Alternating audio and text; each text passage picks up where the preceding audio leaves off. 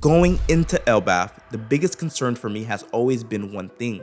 Considering that Luffy has defeated the likes of Kaido and Kizaru, how is Oda going to make a compelling villain moving forward? I mean, he's done it all. Maniacal masterminds, criminal organizations, godly complexes, you name it. They've all met their end at the hands of Straw Hat Luffy.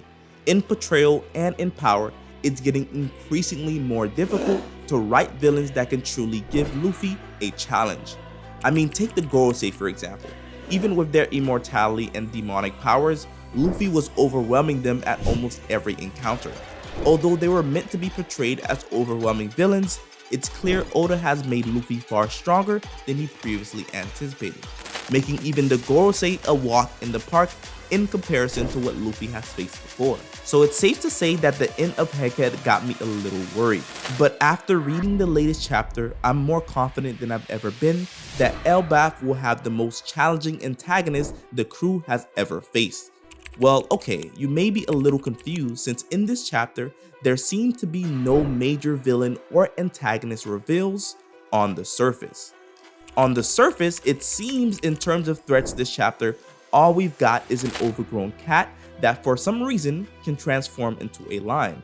Keep this in mind because this will be important in this theory. So, who is this amazing villain I'm referring to then? Well, it's actually Loki. Yes, Loki, the prince in Elbaf that almost married Big Mom's daughter. But of course, this is not new information to anyone. Almost everyone has already made out that Loki will be an important antagonist this arc. But what most people have yet to figure out is just how strong he truly is. I believe the average school of thought on Loki is that he will be more of an Orochi type of character. Someone who rules Elbaf using the power of bigger forces behind him, but not being necessarily strong enough to pose a real threat to Luffy. Well, with this chapter, I have confirmed this won't at all be the case. In fact, in this theory, I would not only prove that Loki is capable of defeating Luffy, but I will also reveal how he's already began using his power in the most recent chapter. But before I begin this theory, I want to give you guys a chance to make sure to like and subscribe if you've been enjoying my theory so far, but have been scared of clicking that big red button. Don't be scared to join the middleway galaxy and keep looking forward to the greatest One Piece theories of all time. With that being said, let's continue on to the theory. Yep, that's right. Loki has already shown what he's capable of, but you will miss it if you don't pay very close attention. You see, it's all about reality manipulation. As many people have always speculated, Loki may actually mimic the Loki of lore who specializes in trickery and magic. But I've always wondered, how does this translate to the One Piece verse? Well, with this chapter, I believe we may have our answer. See, there's a lot of weird inconsistencies this chapter if you pay very close attention. For one, let's start off with Nami's outfit. What's strange is that in Nami's original introduction this arc, she has a sword on her back, a very big one that is quite prominent. But when we see her again, the next time she does not have it on her back. Then the very next panel, she has it once again. Then later on, once again, she does not have it. Now you can chalk this up to editor mistakes that will be fixed by Oda soon, but the more inconsistencies we uncover, the stranger it becomes. Another weird inconsistency is Luffy's weapons. In one panel, we see that Luffy has a sword on his back, and in another, he seems to have an axe. That's weird, right? That in both cases, weapons were completely missing or switched from Luffy and Nami's back. One other interesting inconsistency here is Sanji's Ifrit Janbei attack. See, Sanji infuses Ifrit in his right leg on this panel, but when he actually hits the cat, he's using his left leg. Okay, does this all still feel like an editor's mistake? Well, how about Luffy saying gear 4th while clearly using a gear 3rd attack? See, with all these inconsistencies, one or two things can be true. Either Oda is getting really old and is making major mistakes, or these inconsistencies are actually narratively intentional. But the big question is, why would this be important? A few design mistakes in the Straw Hats doesn't seem to be that big of a deal, right? Well, the idea becomes more impactful once you consider the very likely possibility that Loki may have control over reality itself. In Norse mythology, Loki is known for reality warping and illusions, so it follows that Oda may follow this same concept for Loki's possible devil fruit. I hypothesize that all of these seemingly minor inconsistencies is due to Loki's power. But okay, a few missing swords and misspelled power-ups may not be enough to substantiate this theory, which is fine because there is a much more obvious detail that points to Loki manipulating things in this chapter. The biggest clue is none other than the Lego blocks. Yup, the Lego blocks has always been interesting to me, because why would an Elbaf village be made of Legos? I instantly thought, this sounds absolutely childish, right? But then it hit me, wait, the Legos may have actually come from a child's mind, specifically Loki, who may still be a young boy in giant standards. But how does this exactly happen? How does a village decide that it will be made of Lego? Well, I don't believe they had a choice. I believe that the Lego environment is actually an effect of Loki's reality manipulation powers. The reason this makes the most sense to me is the concept of paramecia, devil fruit awakenings. It's quite likely that Loki may have a paramecia that can change the environment around him, allowing his reality manipulation to affect the whole island. So in the case of this village, his childish mind created an environment entirely made out of Legos using his devil fruit awakening. Now, this is just the tip of the iceberg when it comes to understanding how broken of an ability this truly is. See, the scary thing about devil fruit awakenings that can manipulate the environment is that it may be permanent. We've actually seen multiple instances of devil fruits permanently altering their environment before.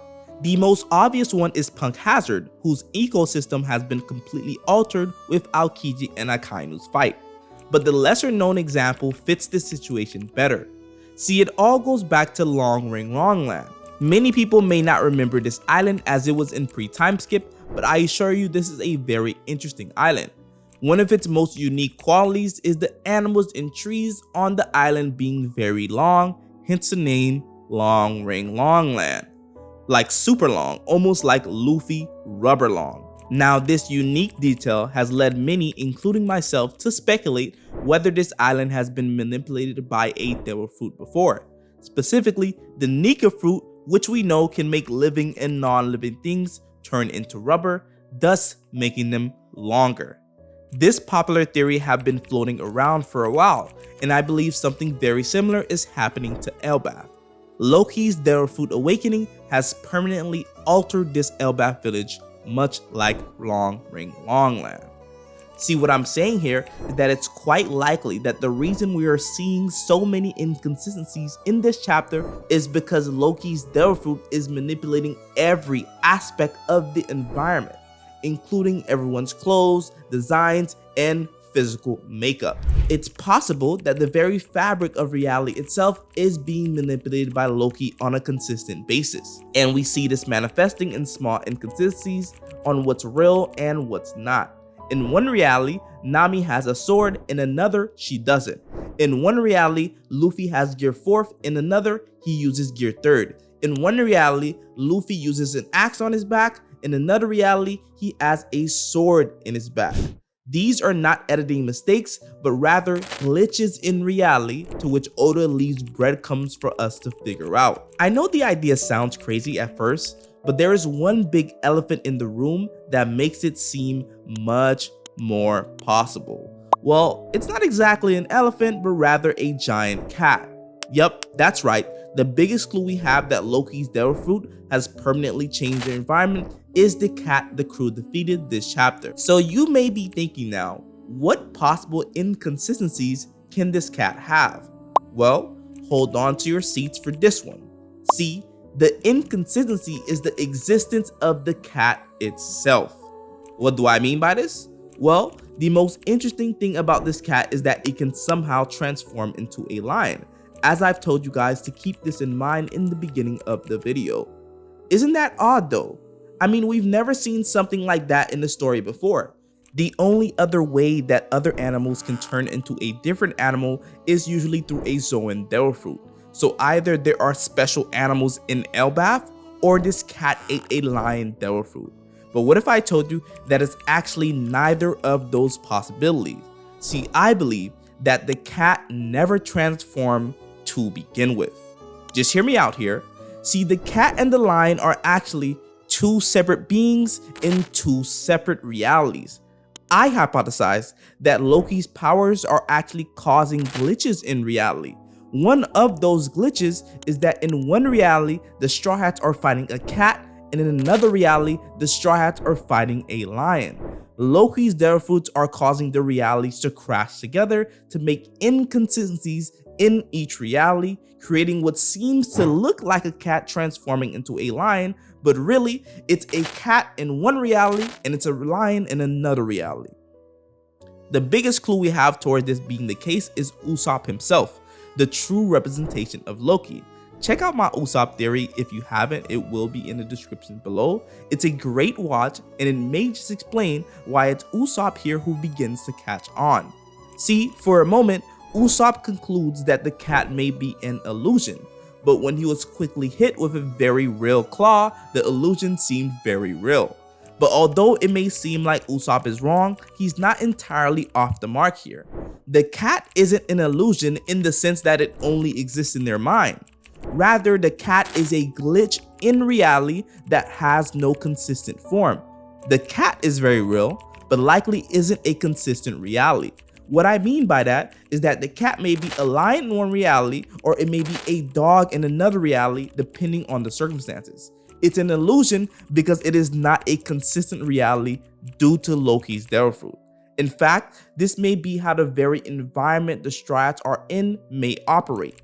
Things will change form and be manipulated as we continue into the next chapters until the Straw Hats realize there is no one true reality. I know this all may seem a little confusing, but I don't think it's far-fetched by One Piece's standards. In fact, the subject of reality manipulation has been something Oda has explored before.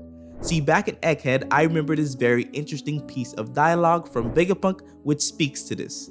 Remember when Luffy attempted to hit Atlas, thinking she was a hologram but it turned out she wasn't? In that moment, Atlas says two things which alarm me. Firstly, she says, "Perception shapes your sense of reality." Luffy then asks her, "Is the girl made out of light real?" To which Atlas replied, "Debates on what makes things real are as old as time. It's something you'll have to decide for yourself, but I consider the matter settled." Now, in this moment where reality is no longer consistent in Elbaf, these words become ever more important. With that being said, it seems to me that Oda has always intended the Straw Hats to encounter reality manipulation of this kind. In fact, the case of misplaced reality on Egghead parallels the case of misplaced reality in Elbaf almost to an identical degree. See, in the case of Luffy and Egghead, he punched Atlas thinking she was not real, but Atlas turned out to be very real and she made sure that Luffy felt it. In the very same way, Usopp thinks the cat is not real until he gets hit. What I'm saying here is that the situation on Elbaf is an exact callback to the situation in Egghead, making it likely Oda has had big plans for this reality manipulation plotline. Now, this idea isn't just exciting as a great piece of Elbaf lore, but also in conversations of power scaling. See, one such villain that Oda has yet to put in Luffy's path is a powerful trickster. Someone not exactly evil, physically strong, or as cunning as the villains he's faced before, but rather someone who's completely broken and completely unpredictable. Due to the nature of Loki's devil fruit, Luffy may have a very tough time dealing with him since Luffy is such a straightforward fighter. But this will have disastrous consequences when facing someone who can manipulate reality to this degree. And I believe we've already seen how dangerous this may be.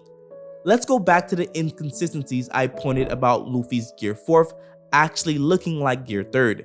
To me, this detail is most likely out of all the inconsistencies to be an editor mistake, but the idea that it's Loki's handiwork is too intriguing of an idea for me to not explore. See, if this inconsistency is actually Loki's Devil Fruit manipulating Luffy, there is no way he's going to win this easily. Think about it for a second. If we imagine it in such a way that Luffy intended to use Gear 4th but instead used Gear 3, it means that Loki can manipulate the very reality of Luffy's attacks. Imagine Luffy attempting to use a very powerful Gear 5th attack like Ba's Rain Gun, but then Loki manipulates reality to make it a Gear 2nd attack instead. Or even if it's something smaller, let's say Luffy intends to use his right leg to kick, but he ends up using his left hand to punch. These very small glitches in reality can change the very outcome of their fight. If Loki can do this to Luffy in a consistent basis, he can basically manipulate his way into making Luffy much weaker than he actually is and end up defeating him. If this theory is true, it means that Loki may have the most powerful Devil Fruit in the world, rivaling Luffy's own Nika Fruit. This also means that Loki's reality manipulation is a perfect counter to Luffy's own reality manipulation, which we've seen to some degree in Elbaf with Luffy manifesting goggles out of nowhere. If Oda pulls this off right, we may have the most interesting and the most powerful antagonist to date, truly worthy of challenging the next Pirate King, Loki, the King of Reality. That's the theory, guys. Hope you enjoyed watching. Like always, make sure to leave a huge thumbs up if you liked the video, and even if you disagree, I would love to hear your thoughts below. And for my original fans, I know I've been gone for a while now, but I'm back, so keep looking forward to the greatest One Piece series of all time. Middleway out.